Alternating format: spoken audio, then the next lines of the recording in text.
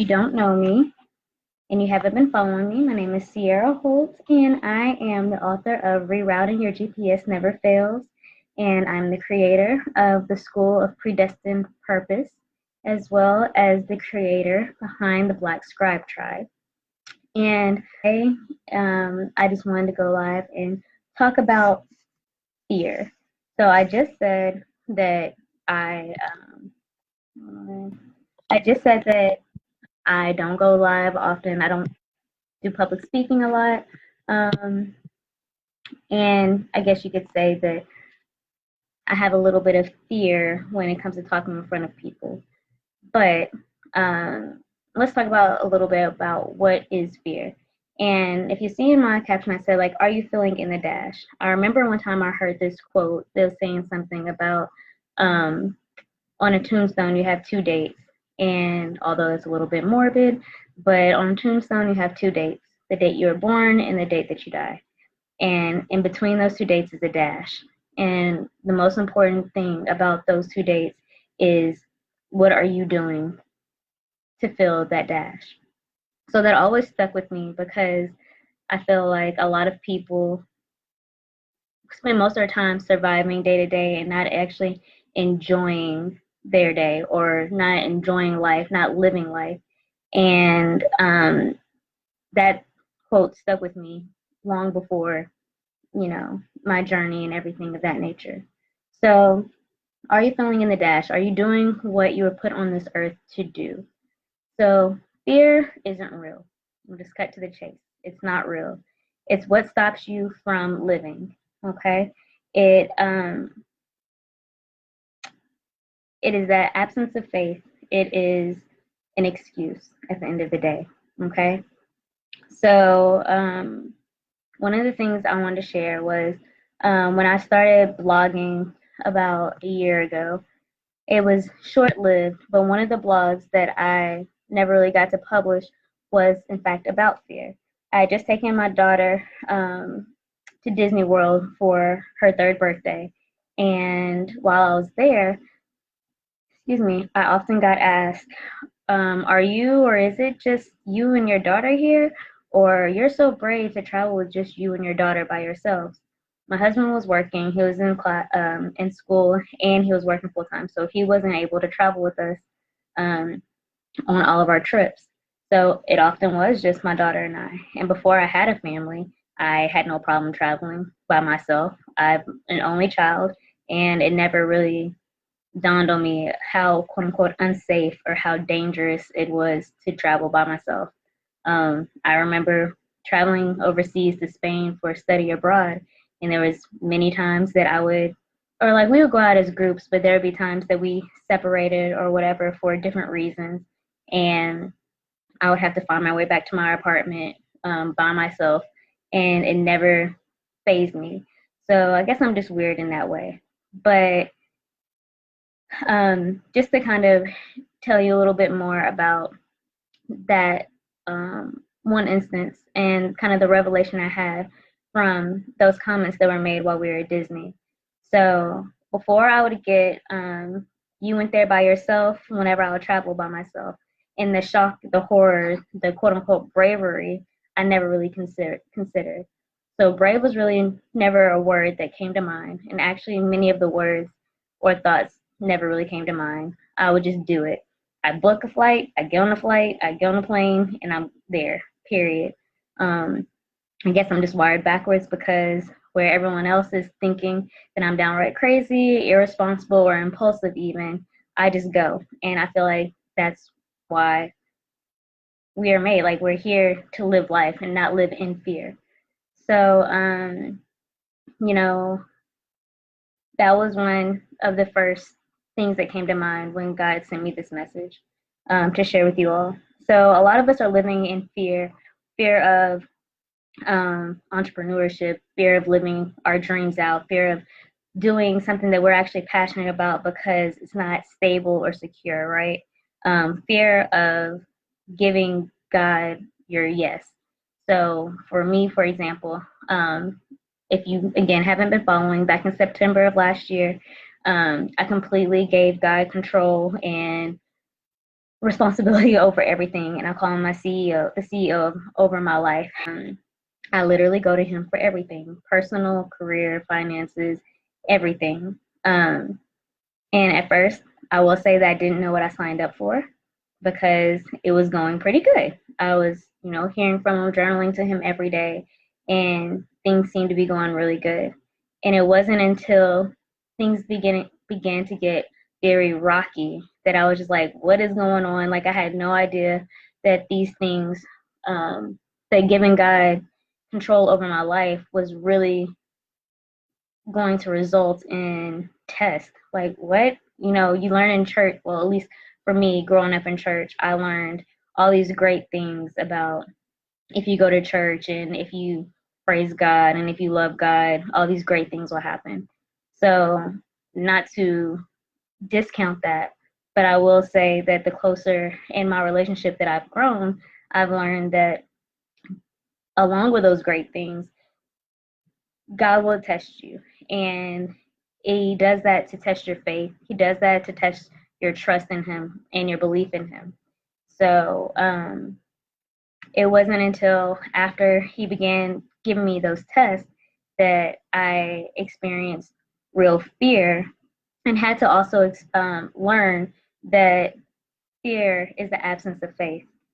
Some other things that we are, and I'll go more into that in a moment, but other things that we are fearful about are fearful of being different, fearful of looking crazy, doing what you know,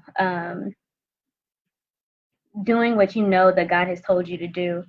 And because of, how it looks, or because of doing what you know God told you, because of how it looks or sounds to everyone else, prevents you from moving forward, right? So, for example, if you've read my book Rerouting, and if you haven't, you want to check it out, I'll leave the link in my caption. But one of the stories that I share was a really tough time that we went through at the beginning of this year, actually. My husband got really sick, and because of that, we had to come together as a family to do what we needed to do, both his parents and myself. So at the beginning of the year, while we were going through this situation, it was very hard because when when my husband went to the hospital because he was sick, I didn't know what to do. I was about 10 weeks pregnant, and I had my toddler. And of course, my husband is our rock. He's the center of our family. So of course, if he goes down, then we're like, okay, now what do we do?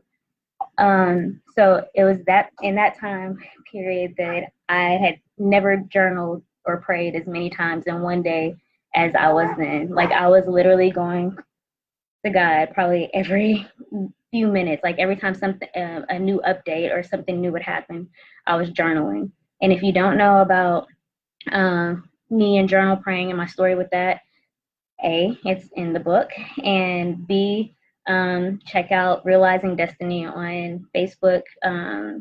That's where I learned about it, and yeah, I'll definitely go into that more, especially if you all want to hear more about it. But so I communicate with God through journal praying, and when my husband got sick, I would go to him again, constantly trying to figure out, okay, what do I need to do? How do I need to handle this situation? And of course, usually in any emergency situation, you become really emotional. And so I didn't want my emotions to overtake anything. One, because I was pregnant, and two, because I just didn't want to make anything worse. I didn't know what to do.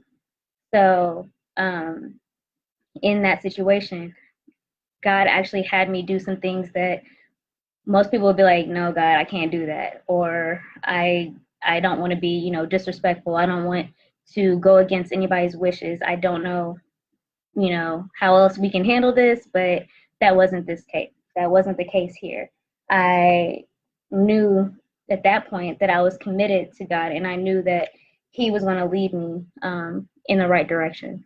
So I prayed to him repeatedly, and I was just like, okay, what do I do now? What do I do now? And some things he told me to do went against what the rest of our family wanted to do. So in that case, I had to show some boldness. I had to let fear take a back seat and just do what he told me to do. Yes, it was scary. Yes, it was hard, but I knew that it wasn't out of emotion and it wasn't out of how I felt, in the situations that I knew that God was the one leading me. So um, by the end of that situation, again, I kept going in prayer, and God reassured me that A, my husband was going to be okay, and then B, that what I was doing was the right thing to do, and that he had orchestrated everything. He knew what the ending was going to be. He knew that we were going to be in that test. He knew that he knew what would happen with my husband before it even happened. So thank God for that. Thank God, my husband was okay not right after, but he was okay.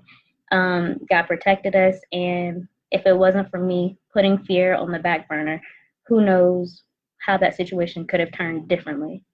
Um, so that was, a couple of examples of how living in fear versus living in faith can really um, make a difference. So living in boldness and being sure that whenever you do give God your yes, whenever you do commit to following God, that He's never going to steer you wrong. Today, when God told me that He wanted me to talk on fear, He also gave me a challenge for you guys as well as for myself. He said to look up fear in the Bible. When I did that, I found that it was mentioned between 350 to 400 times in the Bible, and 350 to 400 verses in the Bible. And it depends on which version of the Bible you're looking at as to how many is in there. But I think that number alone speaks volumes. And then the first was it 3 to 5 verses that I found. It was explicitly saying, you know, uh, do not fear, and the only fear that we should have is the fear of God, and everything else on this earth, in the sea, everything else is below us. So it should fear us before anything else. So I encourage you to check it out for yourself. Do the challenge just as I did. Go and see what the scriptures are about fear in the Bible. See see what relates to you. See if you are battling fear of anything, fear of rejection, fear of elevation, fear of tomorrow, fear of finances not being what you want them to be, fear of stepping out on faith, I would really encourage you to look in the Bible and search. What I use is the Blue Letter Bible app, and you can put a keyword in the search bar, and then when you do that, it'll come up with all the verses related to whatever you search in there. And if you do that, go and find what verses really pertain to what you're going through in this moment. In just a few minutes when I was doing that with my husband, we found verses that pertain to things that we're going to, and I thought that was she's fine. I thought that was very, I don't want to say ironic, but it was for a purpose. So that is something that I challenge you all to do. Like I said, I did not want to be up here long, especially since I do have this sleeping baby, and hopefully she still stays asleep after this. But I just want to come up here and share that word with you. And then I also wanted to share that I have a webinar coming up soon. It'll be coming out this month. It's called Execution Over Excuses. So if you do find yourself battling fears or barriers, mental blocks that are keeping you from doing something bigger in life, keeping you from actually living out your purpose, whether you know what your purpose is or not, that is something else that we will discuss through in hopefully that you learn about yourself through the webinar course. So if you want more information about that, I'll also have the link in my caption above. I'll have the link up there for you to check out Rerouting. If you have not ordered your book yet, orders went out or go out this week. And I will leave the link for you to preview it and purchase it.